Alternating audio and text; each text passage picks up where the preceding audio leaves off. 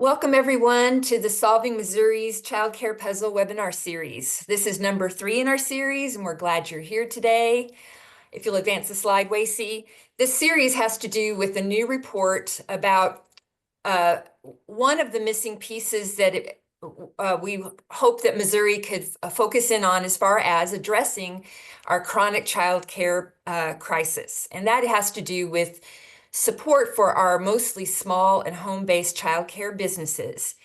And this report, if you haven't seen it already, is available online, and it talks about addressing kind of the back office support that these very small businesses need in order for our childcare industry to function well.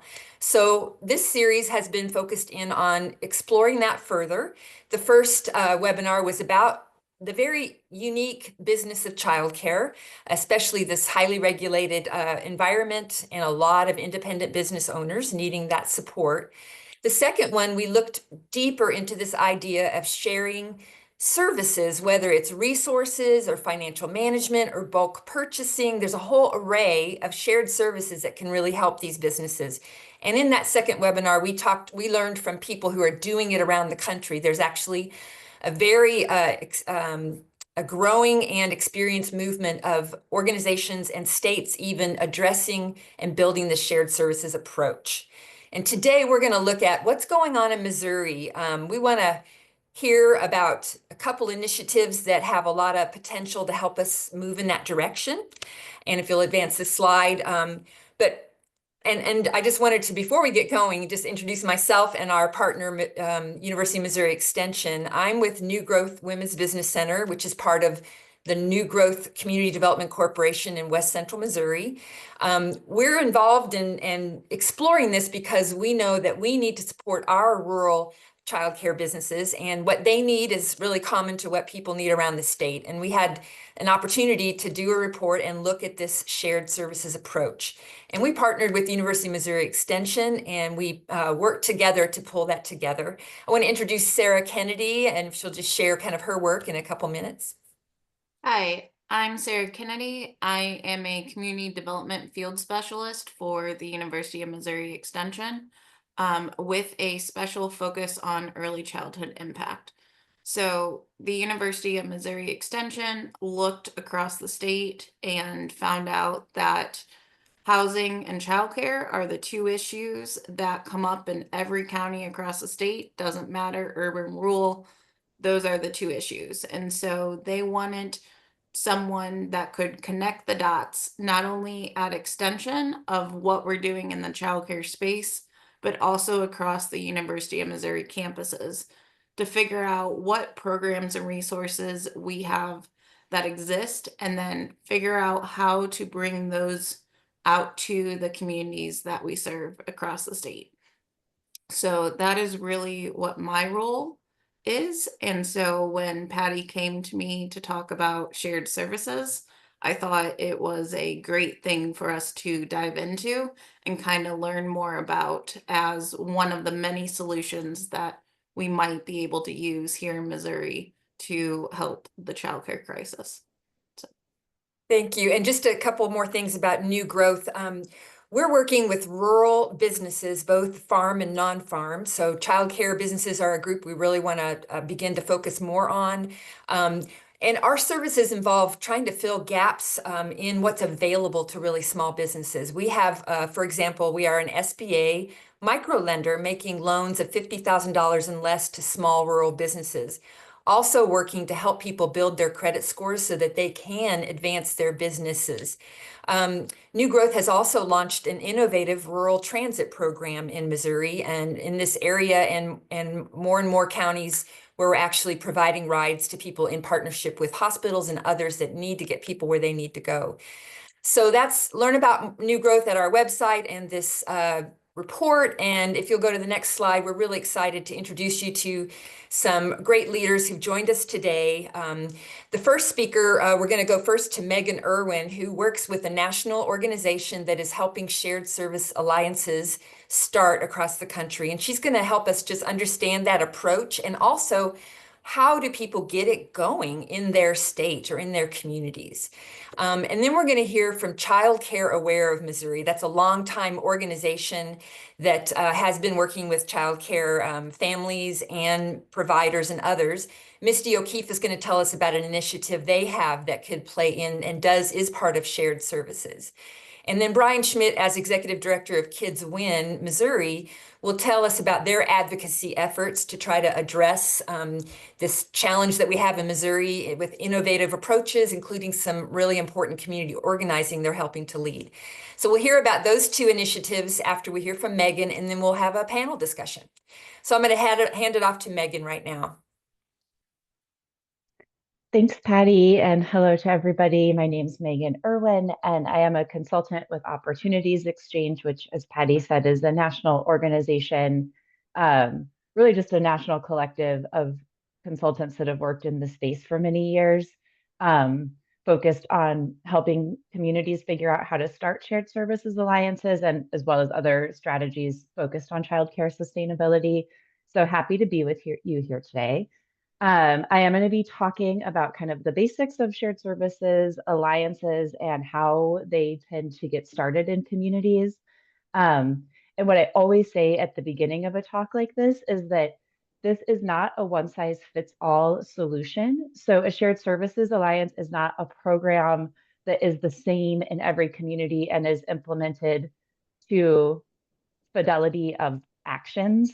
I really think about it as a set of strategies where what we are faithful to is the outcome, and the outcome we want to see is childcare providers earning a living wage, running healthy businesses, and sustainably growing the supply of healthy childcare. But there are many ways to use shared services to get to that point. Um, at OppEx, we are often asked, how do I start an alliance? How do I get this going? And so I'm going to do a little bit of a flyover of our answer to that question today, but we do have a very detailed, like 30-page, multiple tools linked in the document startup guide available, and I just put the link to that in the chat here. So hopefully this today gets you curious, and then you dig deeper into that startup guide. And I will also say the report that Patty and her team put together does an excellent job outlining shared services approaches. And that is an excellent resource already customized to your community that you can start with. So let's go ahead and go to the next slide. Shared services came about as a model for childcare that supports childcare providers to understand their business and manage it to profitability using something that we call the iron triangle of early childhood finance. So I always start conversations about shared services with the iron triangle because it is foundational to every service an alliance would provide, to every action an alliance takes. It needs to be pointed at the iron triangle. If childcare providers are not managing the iron triangle, they will struggle to stay open.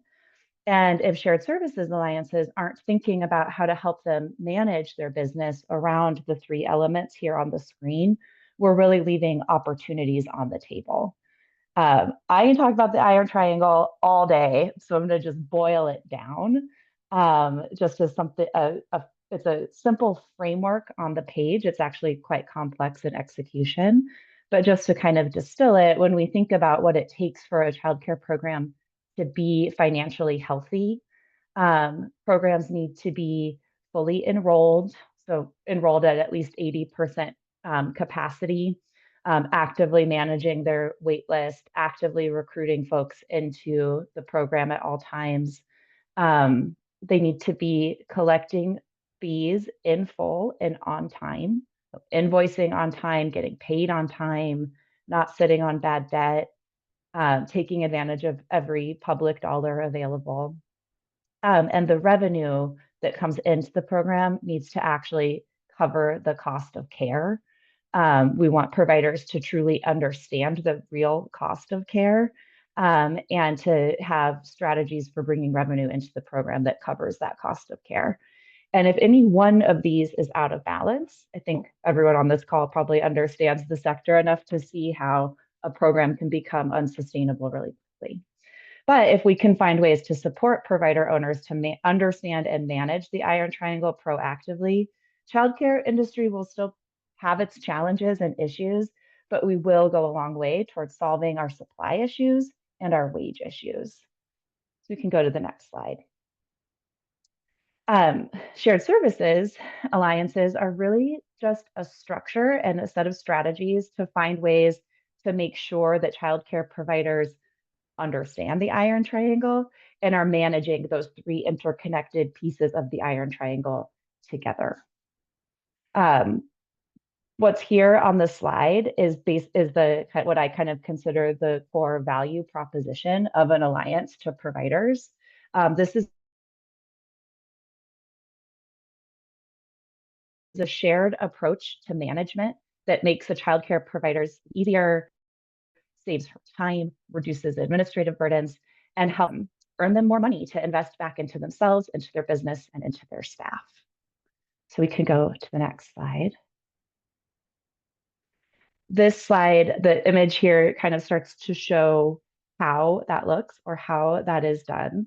So just to unpack it a little bit more, the thing that really sticks in my head when I think about one of the core challenges of running a childcare business, especially for small home-based providers or single site centers where the owner provider is doing it all, is that time constrains quality. So every moment a program owner or director has to spend tracking down attendance, messing with paper invoices, checking to make sure that staff qualification information is up to date, is a minute that she's either pulled out of the classroom or a minute that she is stuck working way past going home time. So shared services developed as a framework to kind of solve that administrative and that management problem by creating a management structure that pools shared needs and shared resources and kind of consolidates those resources into a wider array of tools and services that are available to providers and provides them with access to business management tools that can help automate core functions like invoicing, waitlist management, staff and program documentation, et cetera. So in the structure of an alliance, there's always a network hub, like you see here at the center, kind of doing the business functions that are in the box here on the left on behalf of member providers. It's a collaborative partnership between multiple providers to share resources, expertise, and infrastructure. The way that it is structured can vary, but there is always a network hub that is providing that center of gravity and playing that coordinating role. So coordinating the resources, coordinating the services, playing that back office administrative function. Alliances can be structured in a way where they are only serving home-based providers. They can be structured in a way where they're only serving centers, or you can do a mix. It really depends on your community and who your focus is in your community. But the key thing to know is there's always an alliance hub. The services that alliances choose to offer really vary, again, based on what's the problem in your community that you're trying to solve. But in general, tend to focus on use of childcare management software and other business software that helps individual providers streamline some of the core business functions that can take up a lot of time if you're doing it by hand on paper or even in Excel. Many alliances offer pooled business services. So basically they become the back office for their member providers, taking tasks off of their plate like payroll, timekeeping, bookkeeping, tax prep, accounts receivable and payable, really anything that like a back office would do for a large organization, the Alliance Hub can do for its members. And a lot of alliances recently have started focusing on pooled human resources supports as well. So uh, offering sort of shared staffing, shared substitute, shared benefits kind of solutions. Couple other functions that alliances tend to play, you can find it in the startup guide. Those are the big three that I always encourage people to focus on. When you think about the type of approach to take as an alliance, we really encourage organizations that are getting this started to think about what will have the biggest impact for your folks and what will be the most transformational. A lot of organizations around the country are already doing things that sort of resemble shared services. Down here at the transactional end of the spectrum, where we're doing a lot of info sharing and coaching, we really encourage people to think, how can you go further than that and build that shared back office, shared HR, kind of more transformational approach that goes beyond just coaching and sharing information with folks. We can go to the next slide. When you're doing alliance startup, it is not necessarily linear, but it is cyclical. If you want to take the toolkit and do this in your community, I encourage you to really, really dig into these first 3 steps. These 3 steps as your first 3, really spending a lot of time on deeply understanding your landscape and creating a theory of change, which is where you'll figure out what services would make the biggest difference in your community, and then selecting a network hub. The other steps in the process can kind of go in any order, but those 3, in my experience, are the most important to put first. So I just wanted to throw that out here. You can find much more information in the startup guide. And then the final thing I want to hit home before you can go to the next slide, before handing it over to your local folks, is when you are starting to think about designing your shared services alliance, do not just pull services off a shelf and insert them in your local context. Really push yourself to get very clear about what problem you are trying to solve in your local community and who is most impacted by that problem. And how is that problem showing up in iron triangle management in your community? And then from there, you can select the right strategies to build into your service array. But don't fall into the trap of thinking this alliance in Indiana sounds really cool what they're doing. Let's just do that here. I really like to push folks to get very clear about the problem you're trying to solve and what services would be a real solution to that problem versus just what sounds cool or interesting or fun to do. And this is my final piece, just kind of driving that home again. The most effective alliances are so clear about the problem they're trying to solve and what would be different if their alliance was successful.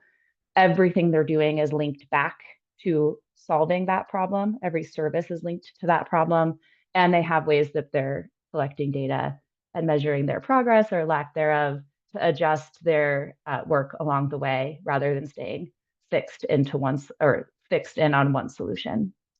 There's tons more to say about this, but that's my time. So I'm going to pause and hand it over to the next speaker, and always happy to answer questions offline from folks if that would be helpful. Thank you, Megan. That was great. And now we can hear from Child Care Aware, both Chiala, Watkins-Reed, and Misty Kiefer on the call, O'Keefe, about some work they're doing. And actually, if you think about those levels of shared services, there's some great resources at Child Care Aware that really hits at that first level of resources. And Misty will tell us about that. You're muted, Misty. Thank you, Patty. Yes, Missouri has had an entry level to shared services platform for over 10 years now, and it's called Show Me Childcare Resources. Childcare Aware Missouri holds the statewide license to the site when it has, and this site is available in more than 30 other states, but it goes by other names. Next slide. So the platform is designed to help childcare businesses save both time and money which needs to happen so they have resources to invest in higher tiers of shared services. Child care programs have to get time back in their day, and they have to have resources available to invest in other things. If I'm just getting by and have no time to spare, they cannot grow. So to help save time, there's access to products called Acquire for Hire, Show Me Jobs, forms, policies, templates for the overall childcare business, classroom, parent engagement, staff retention, and HR compliance. A personal savings expert is available to help childcare business owners navigate the extensive discounts offered through the sites, many for vendors and products that they're already using. And then we're going to dive into a few of these resources that are available with a subscription to Show Me Childcare Resources. Okay, next. So the HR hotline, it is an additional cost of $300 per year at this time, in addition to the membership. But that $300 gives a childcare business owner unlimited access to HR professionals. Small business owners and directors already are wearing so many hats, and one of those is the HR professional.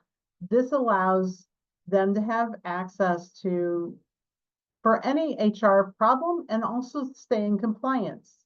For example, they would have received information on how to stay in compliance with the new mandated sick time laws.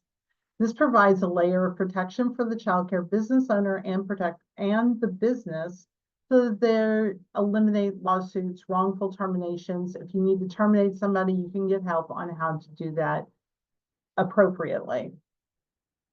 Next. Acquire for Hire is a job posting candidate processing system, and this is included in Show Me Childcare Resources at no cost.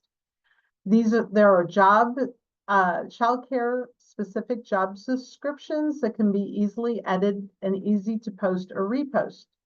Childcare business owners can accept online applications and resumes and even contact candidates through Acquire for Hire. This streamlining and keeping past information available allows a job posting to be made in less than 20 minutes the first time, and literally in less than 5 minutes if a job needs to be reposted. So if the teacher job position is created, it can be reposted as often as necessary. With one push of the button, the job is posted to at least 15 job boards, including Childcare Aware of Missouri's Show Me Jobs. Okay. A relatively new benefit that childcare business owners can offer to employees is the telehealth mental health coverage for a discounted rate of $15 per month for the childcare educator and all of their dependents. So $15 a month covers an educator and all of their dependents, as long as the childcare program has Show Me Childcare Resource subscriptions. This is unlimited telehealth visits that have a $0 copay. And then also included are 10 mental health visits annually at a $0 copay. Additional visits do have a small copay, but it is highly discounted. Sessions for mental health visits can even be more than one person. So it can be an adult and adult, or a child or child adult even, and that will only count as one visit. The amazing offer is most childcare businesses don't provide benefits to staff. So this becomes both a recruitment and retention tool that the childcare business owner can utilize. Okay, next. So the site's expansive and can be intimidating. And where do you go if you want to see if you can save money or what you can save?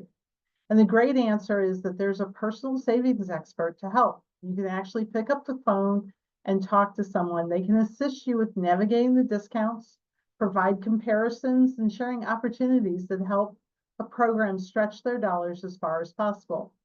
Sometimes a vendor offers products that you wouldn't think to get a quote from. For example, a few years ago, Staples was the cheapest place to get diapers. Who would think that Staples was where you should price quote for diapers? It wasn't even a place that I would consider checking.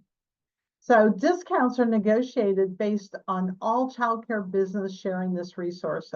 So more than 30 states have childcare providers, which gives the parent company awesome negotiating power. So it's not one childcare program, It's not a few childcare programs. It's not even all the childcare programs in Missouri. It's 30 states worth of childcare programs. Can you go to the next slide, please? So some vendors like Lakeshore and Kaplan provide member-only exclusive discounts that are even better than the discounts they offer directly. Supplies, food, business service discounts are available to any member of Show Me Childcare Resources. In addition to the business receiving the discounts, many of the discounts or other discount programs are offered to the teachers, the educators. So they get documentation to be treated. They can go to Michael's or Hobby Lobby and get the teacher discounts that are available to K-12 teachers. So that's a really nice incentive, not only making the childcare programs business money go further, but also making those childcare educators money goes further. So how does the platform help save even more time? By allowing childcare business owners to not reinvent the wheel each time. And we know we're in Missouri and we all like to reinvent the wheel and customize it, but there are forms, policies, templates that are easily customizable and all childcare specific. Goes through a whole vetting process. These are very focused to childcare programs. You need to you need to create a policy for pickup for families. It's in here. Need a parent night kit. A kit with everything you need to do is included, even the invitations. Need a personnel handbook for staff. It's in there. Is it exactly the way you want it? Maybe, maybe not, but you can customize it. So the childcare business owner selects the tools and templates that best fit and then customize to their childcare program. The tools, policies, forms, and templates can help a childcare program go through accreditation or through other quality improvement matters. Childcare Missouri makes Show Me Childcare Resources available to any coach or technical assistance specialist, available at no charge. As long as you only use the resources with those programs that have a subscription to Show Me Childcare Resources. Childcare Missouri writes in this as an incentive in most grants so that our coaches and technical assistance specialists don't recreate the wheel either. They go in and use these resources and help the childcare educator. So any agency providing technical assistance or coaching, we'd love to explain the product more in detail, give you some demos, and discuss how we can be a partner. Funding has been sporadic over the past 10 years, and it has not yet been invested in on a statewide level. We continue to work with the state, foundation, and other entities to utilize this tool in a broader sense across Missouri. With a cost of $20 per program per month, this is not a burdensome cost when compared to the cost and time savings that are possible. So this is the entry level that will help free up other resources for investment. Thank you. Thank you. And this is a really great resource to have. And there's a question about access there. And I'm just going to summarize also for everyone. This is a resource that can make a huge difference. And the question for all of us is, how can we work smarter, not harder, with dollars that we're putting into childcare to make some of these resources available? And I'm hearing from Misty that they have different resources where they've tried to help childcare providers access it, and it's not very costly, but nevertheless, there is a charge and it's not universal right now. And what we're talking about is how to make this more available to more providers as far as a shared service approach to this challenge in the state. I hope that answers the question, and it's a segue into, okay, there's a lot of pieces here, and we did talk more in the last webinar about how states and organizations around the country are making this kind of thing available to their childcare providers, but it requires getting organizing and making that a priority because it's a big benefit for very low cost. I'm going to switch it over to Brian Schmidt, who is leading Kids Win Missouri's effort to organize community conversations about how to address our challenges with childcare in Missouri. Yeah, thanks, Patty. So about a year and a half ago, we, Kids Win Missouri, launched an initiative. We did a lot of community engagement, and communities shared that they,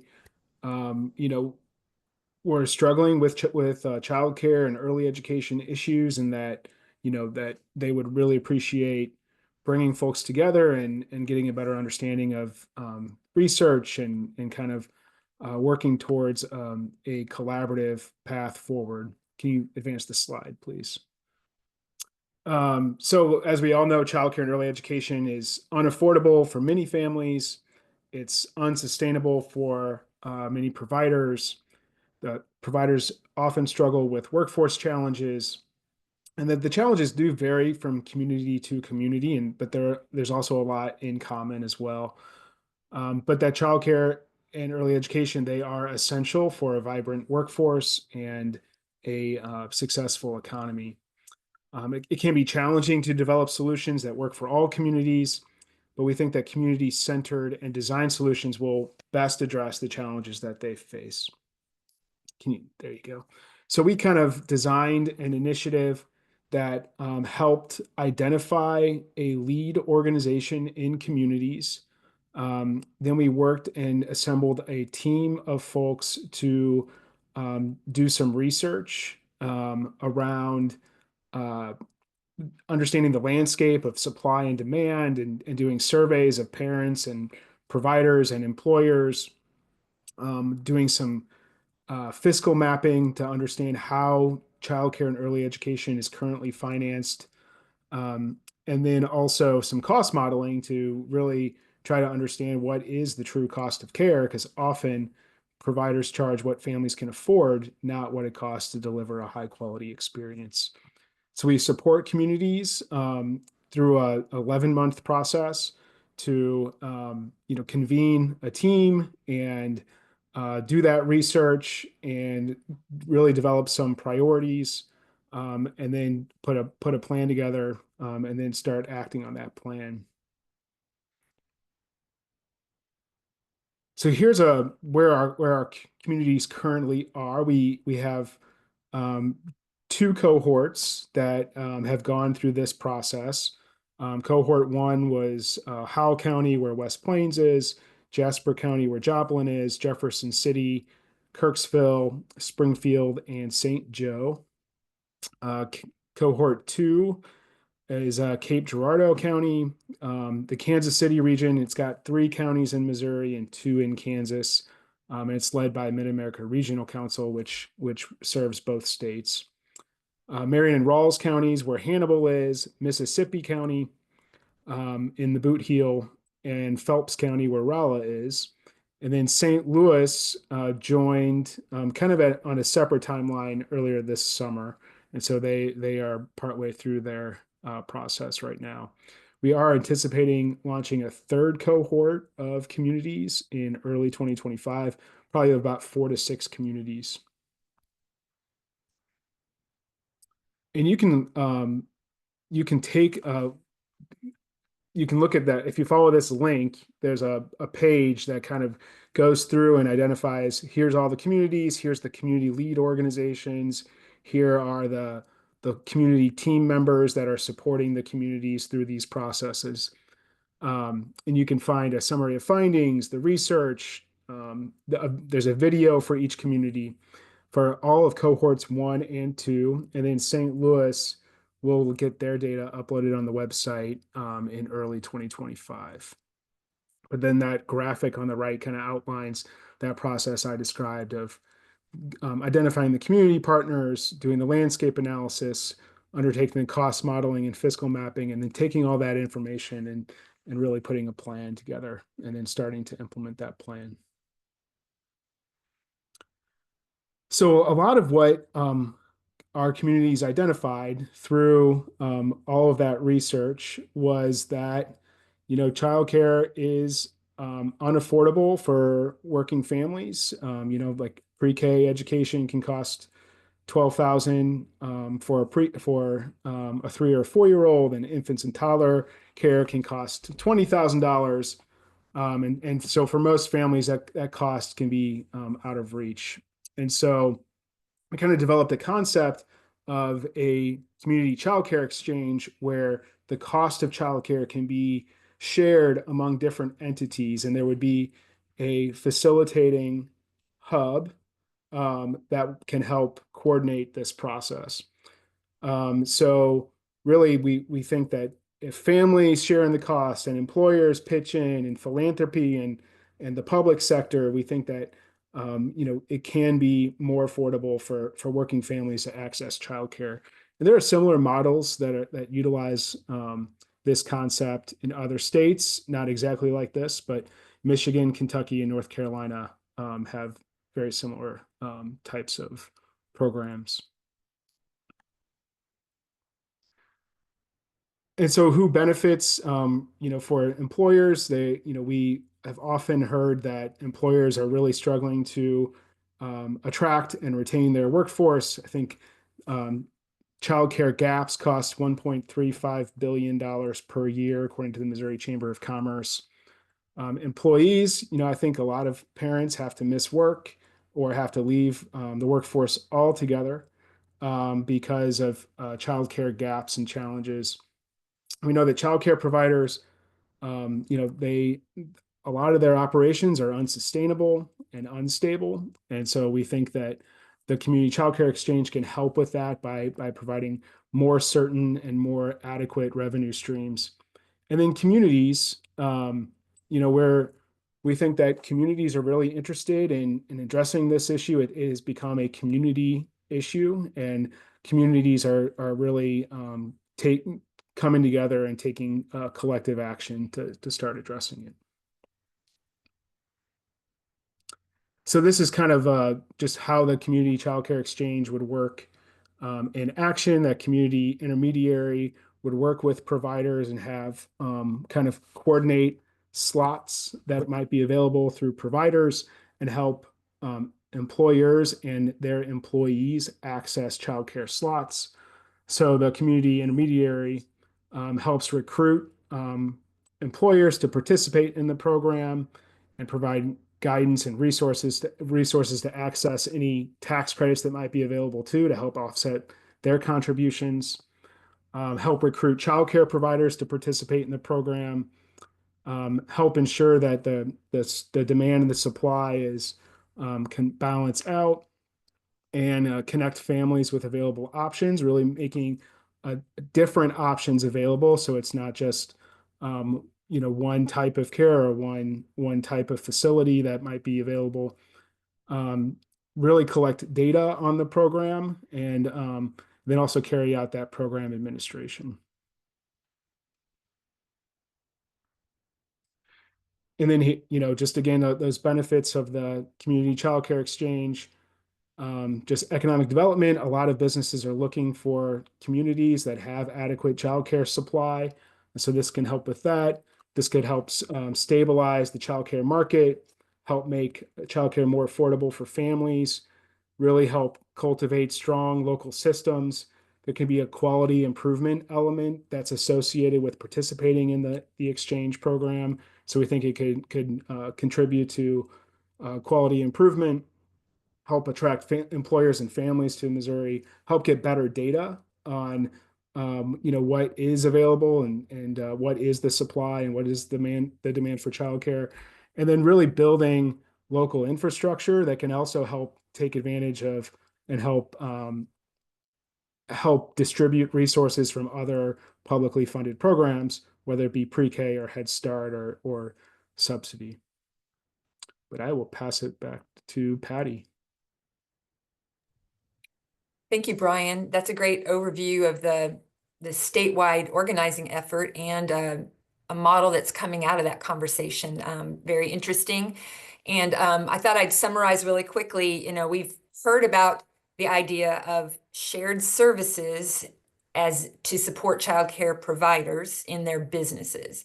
And that has to do with things like bulk purchasing, access to resources, even, back office support with a financial management support. And we've all heard about from Child Care Aware, a component of that exists in Missouri and could be built upon, where that Show Me Resources provides access to resources and services like HR and health benefits that our providers really need. And we heard about the exchange, which is a new way to build resources for funding childcare and supporting the infrastructure they need to access other resources. And I want to lead into our panel question with a bullet on one of your slides, Brian. It had to do with one of the things an exchange would do is ensure adequate childcare supply to meet demand. So that seems to be a place where helping those businesses with their services would be something that potentially childcare exchanges might get to working on. And so the questions I have for you all about that is like, what are the challenges and opportunities we face if we could address that aspect of needs amongst our businesses with something like the exchange and the show me resources that we have in the state? What are some opportunities and challenges we have with growing those further towards shared services in Missouri?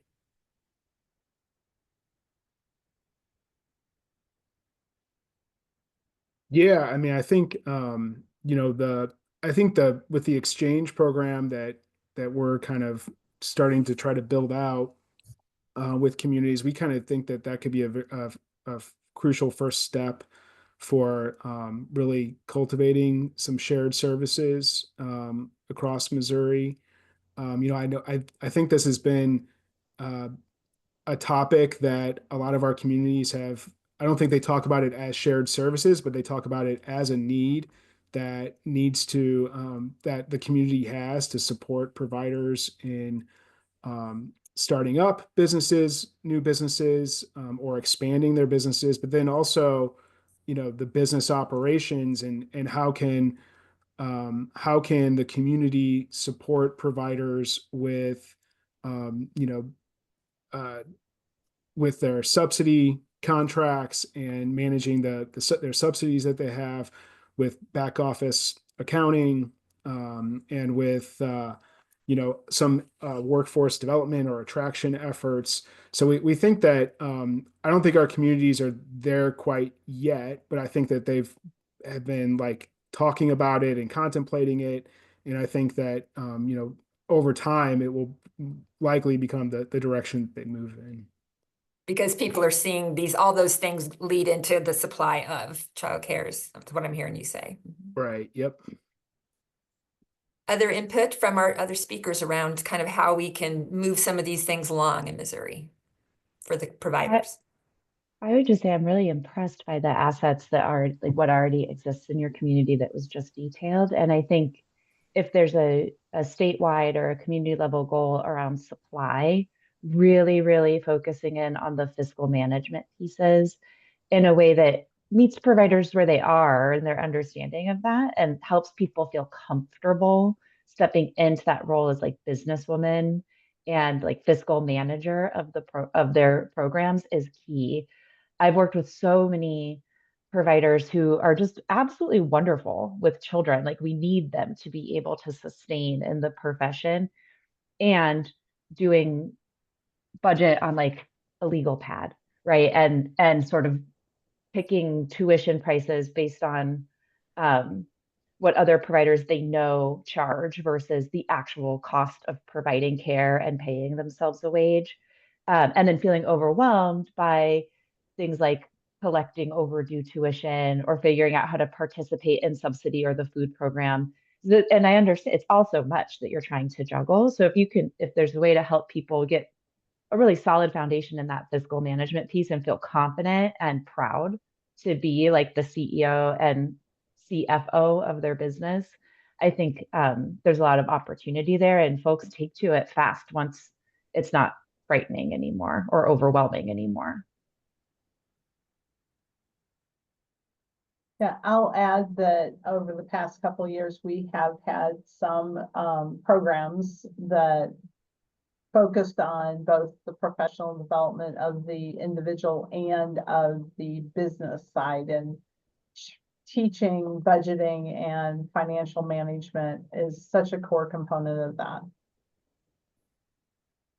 Yeah, and I should add, in addition to the exchange work that we're doing with communities, where our communities are engaging in supply building activities, where they're working with a consultant that's kind of running the numbers of like, okay, like before we expand and start up, let's understand like how can we make any new slots that are created sustainable over the long term, and doing the financial modeling of, what different programs are you going to have to pull in to help fund this, and are you going to have to kind of pull in some support from philanthropy or from employers, or a combination, to really make it work, and really trying to understand that. So I think that really delves in really nicely with the need for shared services that Megan and Misty articulated.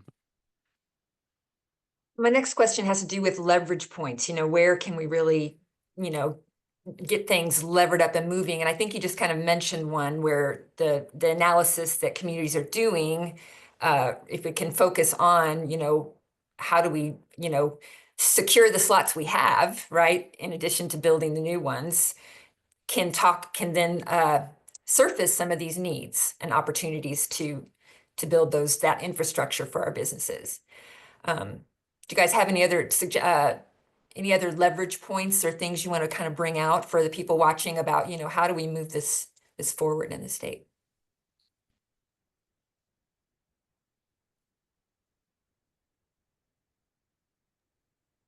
I think one thing that has to happen is it has to be cross-agency collaboration. There's a ton of agencies in Missouri that do a lot of good work, and we need to we're all working for the same goal, but I think we need to use the resources from each other in the same way also. Megan, can you speak to that? I know you've had a lot of experience doing that. Yeah, well, I was thinking about, it's so hard for me to give a general answer about like how specifically that should look in Missouri, because I just don't have your local context. But I was thinking about a leverage point being the use of technology, which I know from reading your report is a little bit of a sore spot at the moment locally because of some things that have happened at the state level around subsidy. And so I feel curious about how to own that as a pain point in the community and help kind of work to build trust in technology, because some of the childcare management systems that exist, and even like payroll systems that exist out there, can really make a life-changing difference for providers in terms of time saved. But if there's no trust in that or belief in that, then it's a non-starter. So I feel curious about how to build trust in the provider community across like agencies. And I also feel curious about how to involve childcare providers themselves in this process, and having them identify their own pain points versus making guesses about it at the state system level. I used to work as a childcare administrator in Oregon, and I feel like we made a lot of assumptions at the state level about what the pain points were. And then when we asked people, they were like, no, I'm not even thinking about that right now because I have this other huge problem that I need help with first. So I'm not sure exactly how your state systems or local systems need to work together. It's super important, and I would include providers in that. And I would actually agree with both what Misty and Megan said, because I feel like if we keep silos, we're spending too much time. We're doing double the work. So we need to make sure that we're listening to what each community is asking and really listening and then taking action on that. I think we need, more funding at a higher level too. I mean, it's kind of difficult to move the thing forward without that funding. So if we could get a higher level, that would also be really good. It may also be like finding finding the place to start that builds trust. Because some of the things that I was talking about, or like on that slide that shows the stair step, they're high impact, but they also require high trust, like shared subsidy management, substitute pools, giving someone access to your books. Like that's a high trust activity.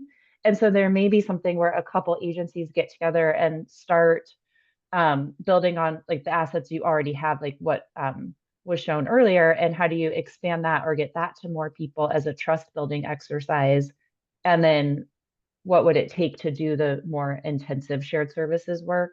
and do it, start small and do it really well and build trust that it can work, versus trying to do like a statewide or even a countywide rollout out of the gate. I do think that a lot of agencies have a lot of trust still in the communities with the childcare business owners and educators. So again, if it's not rolled out at a statewide level, like everybody has to use this technology tomorrow, I think it could be done very well. And obviously there are champions, ambassadors across the state that have their voices carry a lot of weight within the childcare business community. And so I think that if we started with some of those, we could, if we had a plan and work together to kind of start a smaller kind of the shared services kind of continuum there, I think we could make some inroads with it. But it takes collaboration within the agencies also, and it's going to take finances. We talk about this all the time. There's a lot of things that can happen, and it comes down to a lot of the work needs financial backing. I'm hearing in this conversation that there's kind of in order to be effective, say in a regional exchange, working from the bottom up,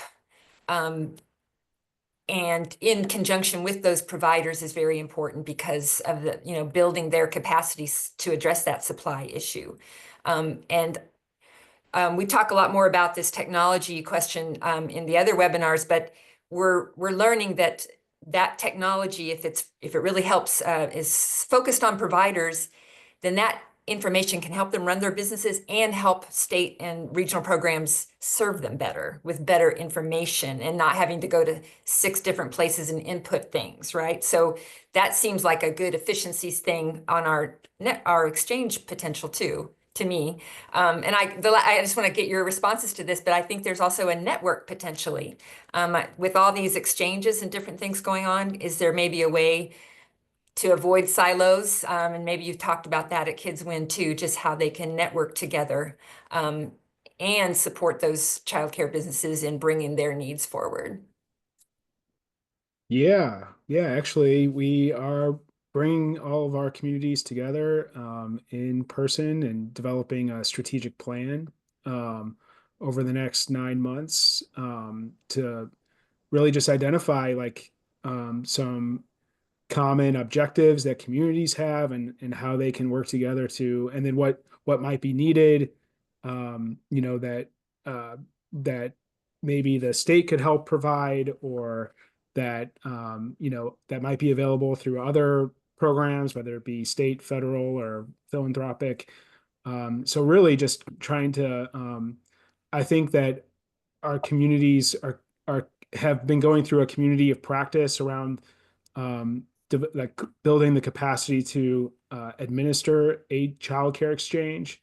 But I think that the strategic planning opportunity will really help, break down those silos further and really help create hopefully a collaborative network of communities across the state. It sounds like that's bringing the provider's voice, but also addressing the silos of agencies and all the different programs so that we can, get that more aligned and working together better. Yeah. We have a couple minutes before we wrap up. Do you guys have any last thoughts about what we know about what's happening in shared services and, some of the, I think, really great ideas we've talked about here about moving it forward in general and specifically the shared service aspect of supporting our childcare businesses? Last thoughts. Yeah, I mean, I do think that it will require additional support from the state in subcapacity to help kind of move this exchange idea along, and also to move along the idea of a shared services approach to supporting childcare providers. And so I think that, that's kind of on Kids of Missouri's agenda in the upcoming legislative session and beyond. And so we're, trying to figure out how best to support communities so that they can support providers and providers can support families. And to piggyback off what Brian said, I agree. Funding is always that issue. I think that when we're talking about shared services, it's a secret. I mean, it's not necessarily a secret, but it's something that it's a lot to take in. So I think if we can just make that out there, let people know that this is a thing and how valuable it is, because one thing that we can't get back is time. And if we can get into the aspect or get into the belief that shared services saves you time, that's just a game changer. So that's what I would add to that.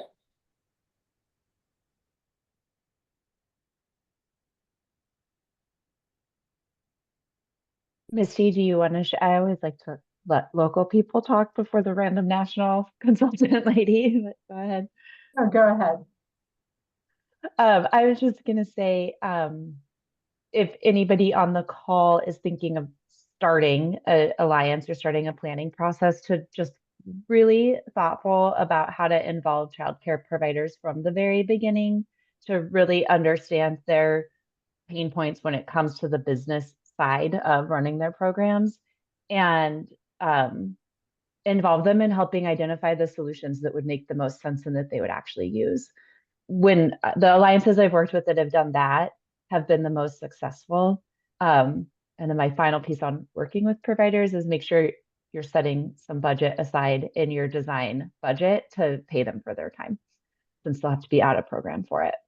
But it's night and day difference when providers are involved in defining the problem and the solutions. Okay, take us out, Misty, and then we'll go to Sarah. No, I mean, we're all supporting each other and saying the same things across this panel. And I think it's just important to remember that we do have some things in place that are proven, not just in Missouri, but in other places. And I also think we need to look at other states and see what is working. And with Show Me Childcare Resources, that can be expanded to so many other areas if we choose to do that. And I think using other states' proven successes would be beneficial. Thank you. And I think that leads us back to the report that does try to summarize and point people to a lot of those great examples and our webinar series. And we'll be sending out all those recordings will be available, and you'll be getting an email about that, and please share it. Sarah, and we'll go back to the slides. Take us out. Yeah. So here is a list of additional resources. You will receive all this in an email as well. And go to the next slide. I'm not sure if there's any more slides really. I think just a reminder about this. Okay. So here's the QR code to the report as well. But yeah, this has been a great 3-Monday webinar series where we have all learned a little bit more about shared services and how we might be able to utilize this as a possible solution to the childcare challenges here in Missouri. We're excited that we were able to get this done and kind of finished so we can wrap up our 2024, but that doesn't mean the conversation ends. So we want to continue this conversation into 2025. The report will be available. Please use the report. Also, the webinars will be available. Watch the ones you missed, pass the webinars to those who you think they might be useful to, and let's just start thinking about what is possible in the state of Missouri. And on that note, I am going to say goodbye to everyone. And thank you for joining. Yes, and thank you, presenters. This webinar and others, you've all been great and willing to spend some time on this and help us, learn from you about what you're thinking. So thank you very much, and we'll end the webinar now. Bye-bye.